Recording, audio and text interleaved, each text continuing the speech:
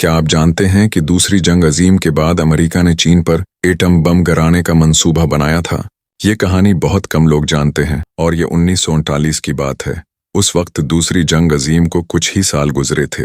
America ने Europe में Hitler को और बहरहाल काहिल में जापान को शिकस्त दी थी, लेकिन अब एक और मुल्क मगरबी ताकतों के खिलाफ खड़ा हो रहा था और वो था चीन।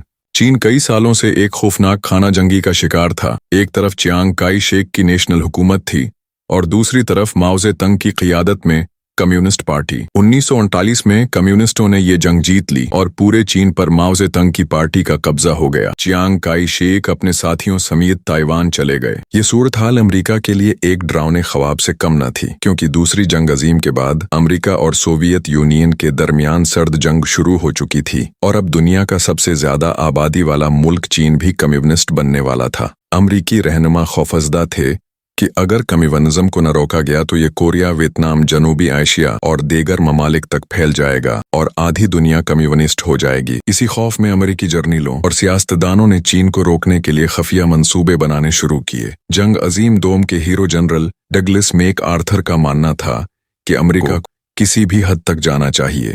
खफिया दस्तावेजात के मुताबिक अमेरिका न सिर्फ चीन के साहिली इलाकों में फौज उतारने का मंसूबा बना रहा था ताकि नेशनलिस्ट हुकूमत के साथ मिलकर माओ जे तंग को हटाया जा सके, बल्कि उससे भी खतरनाक बात यह थी कि अमेरिका ने चीन पर एटम बम गिराने पर संजीदगी से गौर किया।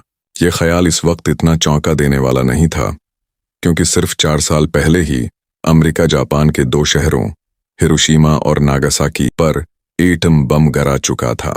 अमेरिकी हुक्काम का ख्याल था कि अगर चीन पर एटमी हमला किया जाए तो कम्युनिज्म को फैलने से रोका जा सकता है, लेकिन यह मंसूबा मुकम्मल ना हो सका।